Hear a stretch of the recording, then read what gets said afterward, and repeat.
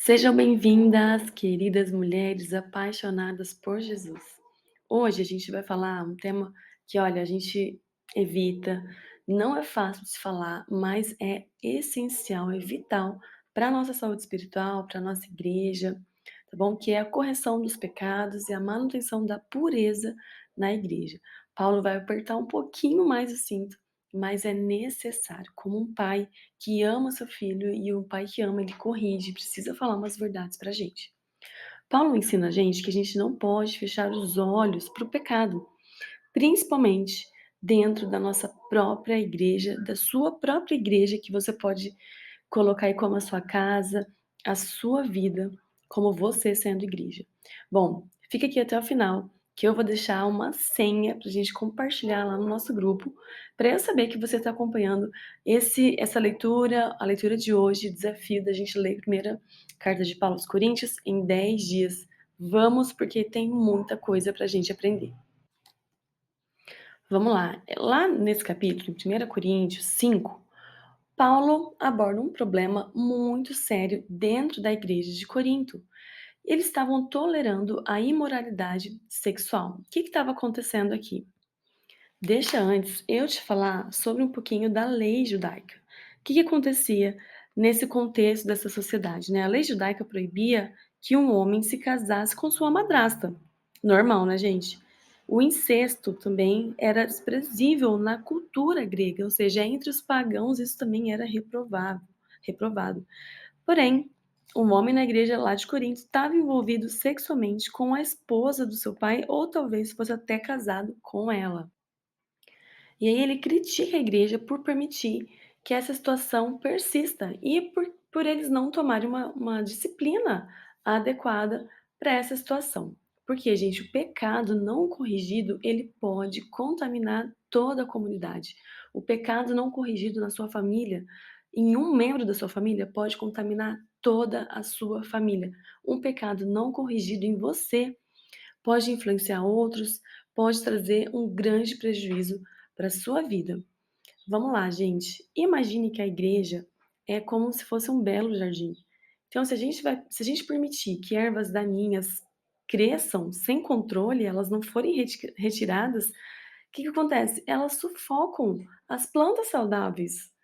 Então, da mesma forma, o pecado, se ele não for tratado, ele vai sufocar a, a, a vitalidade espiritual da igreja, da sua família. Vamos pensar também, não só como igreja, né, mas como família. Então, Paulo é muito enfático, mais uma vez cirúrgico aqui, sobre a necessidade de disciplinar dentro da igreja, da disciplina. Ele fala aos coríntios para expulsar o perverso do meio de vocês. Vamos parar um pouquinho nesse verso e analisar para a gente não entender ele errado, tá bom? Paulo vai falar para a igreja, instrui a igreja de tomar uma atitude firme, corajosa e disciplinar esse membro que estava vivendo em pecado. Então, expulsar o pecador por meio da congregação tinha o objetivo de proteger a santidade da igreja como um todo e também de levar esse indivíduo ao arrependimento. Ó, vamos parar para pensar aqui um pouquinho. A disciplina, gente, não é um ato de punição, de vingança, não, mas é uma medida preventiva, né? E redentiva também. A intenção final dessa disciplina é restaurar o pecador, sabe, preservar toda a integridade do corpo de Cristo. Então, Paulo lembra a gente que no julgamento final, que na verdade que o julgamento final pertence a Deus. Sabe, quem não é de Cristo, Deus é quem vai julgar. Agora, os que são da igreja, nós cristãos, a igreja tem responsabilidade de manter uma disciplina dentro da igreja para que o nome de Cristo não seja desonrado. Então, a instrução desse verso, do verso 13, é um chamado para mim, para você, para a igreja, para que ela exerça o seu papel de guardiã. Gente, a igreja, como eu falei para vocês, ela não está lá ao acaso. Ela não está lá só para você cumprir o seu papel, o seu roteiro de cristã, de igreja, você bater o papel lá, falar, não, bater o cartão, hoje eu vim. Não, gente, além de você ter uma comunhão com as pessoas, comunhão com Deus, você adorar a Deus, lá é lugar onde o Pai está, a igreja também é guardiã da pureza e da santidade de cada um, da santidade dentro da igreja. Olha um exemplo legal. Vocês lembram de Pedro? Quando Jesus tinha contado todo o seu plano, e aí Pedro vem falar: "Não, o senhor não vai fazer isso, porque o senhor não pode". Daí Jesus fala assim: "Arreda-te de mim, Satanás". Jesus não falou: "Arreda-te de mim, Pedro". Nesse contexto aqui, Jesus estava repreendendo Pedro pela sua mentalidade contrária ao plano que Jesus estava falando. E tudo isso foi influenciado por Satanás, mas ele não estava rejeitando Pedro como pessoa. Né, Jesus fala assim: "Satanás, você vai embora, você está repreendido", mas Pedro fica. Jesus ama o pecador, mas odeia o pecado. Então Pedro permaneceu fiel. Jesus falou assim: "Satanás, você vai embora, mas Pedro é meu". E ele permaneceu como discípulo fiel de Jesus. Então, assim como Pedro, como ele foi corrigido e continuou a servir Jesus, a pessoa disciplinada pode voltar à restauração, à comunhão plena com a igreja. Mas precisa haver a disciplina, precisa haver a correção. E como a gente tem falado sobre a maturidade espiritual nos capítulos anteriores, né? Se a gente for corrigida, a gente precisa se submeter a essa correção. Sabe, a gente não pode ficar no erro de falar: "Não, isso não é para mim, eu não preciso, eu estou bem aqui", não. Nós precisamos ser disciplinados. Então a ação de Paulo em Coríntios, tudo isso que ele estava falando, não era para rejeitar uma pessoa, não se sinta rejeitado se você pecar e você ser disciplinado. Não, não é uma rejeição completa da pessoa, mas é uma medida necessária para corrigir o erro, para proteger você mesmo e também a igreja. Imagina só que várzea que ia virar se houvesse lá um pecador e continuasse, servindo na igreja. Um pecador no sentido de manter-se sempre no mesmo pecado, que a própria pessoa já sabe que não é o certo. Então a disciplina é vista como uma forma de afastar essa influência negativa, né, e enquanto ainda havia esperança de restauração e arrependimento para aquela pessoa. Então Paulo fala: "Olha, a gente precisa mudar algumas coisas aqui que não estão certas". Para a gente entender um pouquinho melhor, pensa na disciplina como uma cirurgia necessária para tirar uma coisa que está prejudicando a saúde do corpo. É exatamente isso, dói, tem que submeter ao processo da cirurgia, tem que internar, tem que ficar dias em jejum, não é? Tem todo um processo, mas é necessário para a cura e restauração do corpo. Então, da mesma forma, a disciplina dentro da igreja visa a restauração espiritual e a preservação da santidade. Bom, Paulo também vai usar uma metáfora do fermento muito incrível para ilustrar como que o pecado pode se espalhar, né, e corromper toda a comunidade. Ó, as mulheres israelitas, só para a gente entender esse processo de fermentação, elas usavam esse processo, né, da fermentação orgânica para fazer seu pão. Gente, quem gosta de fazer pão aí? Nossa, eu amo, eu adoro o cheiro do fermento. Muito bom. Inclusive, a gente pode trocar receitas aqui, se vocês quiserem. Então, toda semana, para fermentar, para que elas pudessem preparar a fornada da semana seguinte, né, que elas faziam? Toda semana elas faziam uma pequena porção de massa de pão, deixavam ali fermentando, né, para a semana toda elas terem a fornada da semana seguinte. Então, quando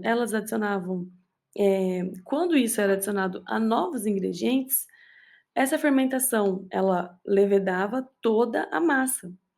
E esse processo continuava durante todo o ano até a Páscoa, quando tinha início lá da festa dos pães sem fermento. Inclusive, essa ocasião em que o fermento velho da casa era tirado para que essa nova massa pudesse ser preparada. Então, gente, o processo o fermento, na verdade, simboliza o processo pelo qual o mal cresce e se espalha, afetando uma comunidade inteira. Então, só para a gente entender um pouco melhor, assim como um pouco de fermento leveda, né, ele faz crescer toda a massa, Um pecado não tratado pode influenciar negativamente toda a igreja. Então a pureza, pessoal, né, da comunidade, pureza espiritual, ela não ai, meu alarme aqui, gente. Ela não é apenas para evitar o pecado, mas é também para buscar a santidade em todas as áreas da nossa vida. Olha só que interessante. Imagine se a gente deixasse um pouco de fermento estragado numa massa de pão. Vai ser um desastre, não é? Vai acabar contaminando com todo o pão. Então, da mesma forma é o pecado. O pecado não ajustado, não confrontado, não corrigido, vai afetar toda a sua família, toda a sua comunidade, da sua igreja.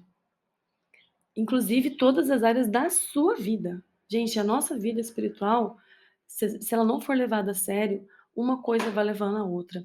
E eu tenho aprendido muito que se a nossa vida espiritual não está bem, a nossa mente não está bem, a nossa mentalidade também não está bem. E outras coisas vai agravando, e a sua saúde física também não fica bem.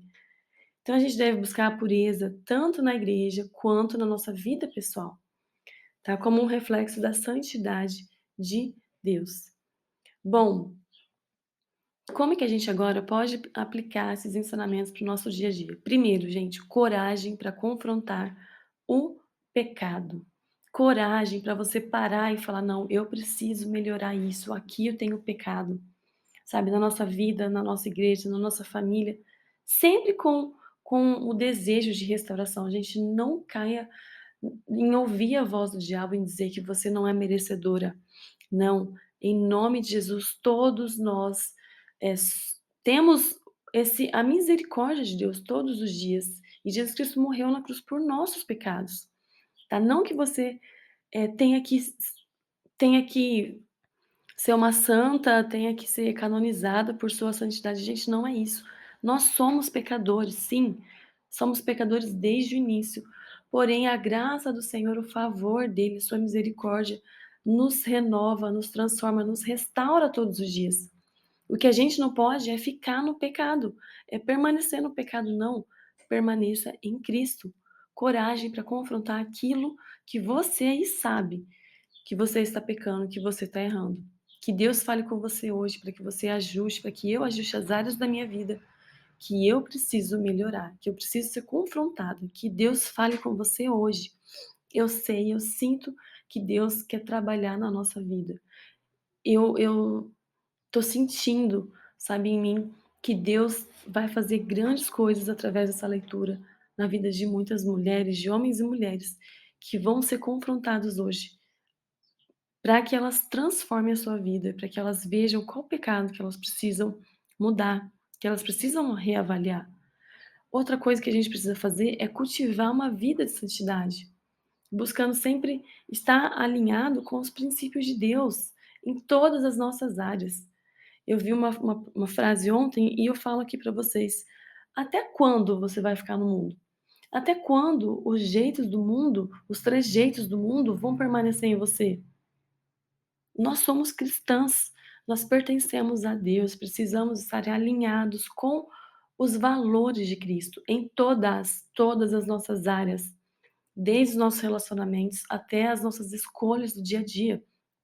Vida em santidade envolve a sua roupa, envolve o jeito que você fala, o jeito que você anda, o jeito que você toma suas atitudes, as suas escolhas. Não é só quando você está lá na igreja, não, isso precisa ser exteriorizado. A nossa vida precisa ser santa com o Senhor. Vai haver dias de pecado? Pode ter certeza disso, mas que esse pecado não permaneça na sua vida. Confronte o pecado e viva uma vida de santidade em nome de Jesus. Todos os dias eu falo: Senhor, me perdoa. E se por um acaso há algum pecado que eu não percebi, Senhor, me mostra e me confronte, Espírito Santo, mexe comigo, trabalhe comigo. Então, se você percebe que tem alguma coisa na sua vida que está fora do padrão de Deus, gente, talvez seja a hora de fazer um ajuste. Talvez seja a hora de coisas novas acontecerem. Isso pode ser em relação a um hábito, como eu disse, né, uma atitude, ou até um relacionamento que precisa de mudança. É hora de trocar mesas, é hora de trocar as nossas vestes.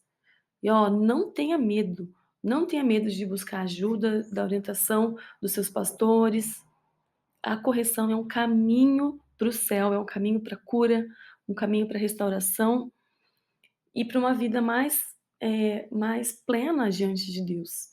É a oportunidade, é hoje, é para aqueles que querem, para aqueles que sabem que são filhos, né. Eu tenho 2 crianças aqui em casa e eu preciso estar corrigindo eles sempre, sempre, sempre, sempre, igual a gente. Deus não está de braços fechados para a gente, não, pelo contrário, Ele está sempre de braços abertos, aqueles braços que um dia morreu na cruz por mim, por você.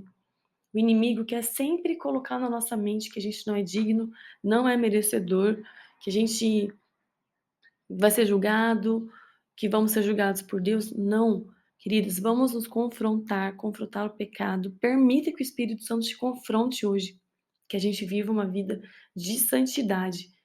Talvez seja a hora de fazer um ajuste na sua vida. Bom, gente, eu espero que você tenha refletido sobre a importância da correção na sua vida, da correção na igreja, num contexto geral. E eu quero desafiar você a dar esse passo prático. Lembra que a vida de santidade não envolve só você sentar numa cadeira ou ouvir um áudio, ler a sua Bíblia, mas também praticar. Então pensa aí mais uma vez, pensa numa área da sua vida que você precisa de um ajuste, onde você, pode ajudar a restaurar alguém com amor também. Você também faz parte do corpo, lembra? Pode ser um hábito que precisa ser transformado, um relacionamento que precisa de mais graça, de verdade. Então esse é o desafio, compartilha aqui nos comentários uma área onde você precisa buscar mais santidade, sem julgamentos nenhum, pode ser em uma palavra só, para que a gente se junte como mulheres, homens e mulheres, que vamos apoiar uma outra, que vamos orar uma outra. Ninguém está aqui com o martelo, sabe, do juiz. Não, isso pertence só a Deus, mas a gente pode sim orar umas pelas outras, apoiar esse processo de cura e de restauração. Gente, tem cura, tem restauração aqui hoje para vocês. Juntas nós somos mais fortes, né. Deus nos chama para ser esse grupo de mulheres comprometidos com a pureza sexual, com a pureza da nossa vida espiritual. Então, gente, a pergunta é: qual é o seu próximo passo para você viver uma vida de santidade? Para solteiras, eu quero te perguntar como que está sendo a sua pureza sexual? A gente viu esses dias o casamento de uma menina, filha de uma pastora, que ela decidiu dar o seu primeiro beijo no altar. E ela fez isso, foi um propósito que ela fez com Deus, e saiu numa página, não cristã, e eu fui ler os comentários. Meu Deus, gente, quanto comentário negativo, quanto comentário de próprias mulheres falando que ela ia se frustrar, que nada a ver hoje, que isso não existe mais. Gente, a pureza sexual precisa existir sim. Sim, precisa existir. É uma vida de santidade, não é? É o nosso propósito com Deus. A gente não é igual ao mundo. E pra gente que é casado, a gente também precisa manter a nossa vida sexual, a nossa vida, com o nosso marido em santidade. Inclusive, se alguém tem com seu marido, sentimentos de que há abuso, né, isso precisa ser tratado, precisa ser corrigido. Então, gente, tudo Deus fez para que fosse feito para que a gente desfrutasse, sexualmente falando, para que a gente desfrutasse de uma vida plena com Ele, em santidade. Então não vamos trazer essa parte sexual, né, dos relacionamentos de uma forma vulgar, sabe, de uma forma que Deus não se agrada. Não, a gente precisa viver uma vida de santidade. Então compartilha aqui comigo, e qual área da sua vida que você precisa viver a santidade, e juntas a gente vai caminhar juntas, né, e nessas jornadas de transformação espiritual, tá bom? Eu tô vendo que eu escrevi aqui 1 Coríntios 3, gente, me perdoem, é 1 Coríntios 5, tá bom? Ó, é 5, tá bom, gente? Eu espero vocês aqui amanhã, não esqueçam de curtir, de deixar o seu comentário aqui para que a gente possa fazer um caderno de oração, e a gente se vê amanhã, tá bom? Deus abençoe, gente.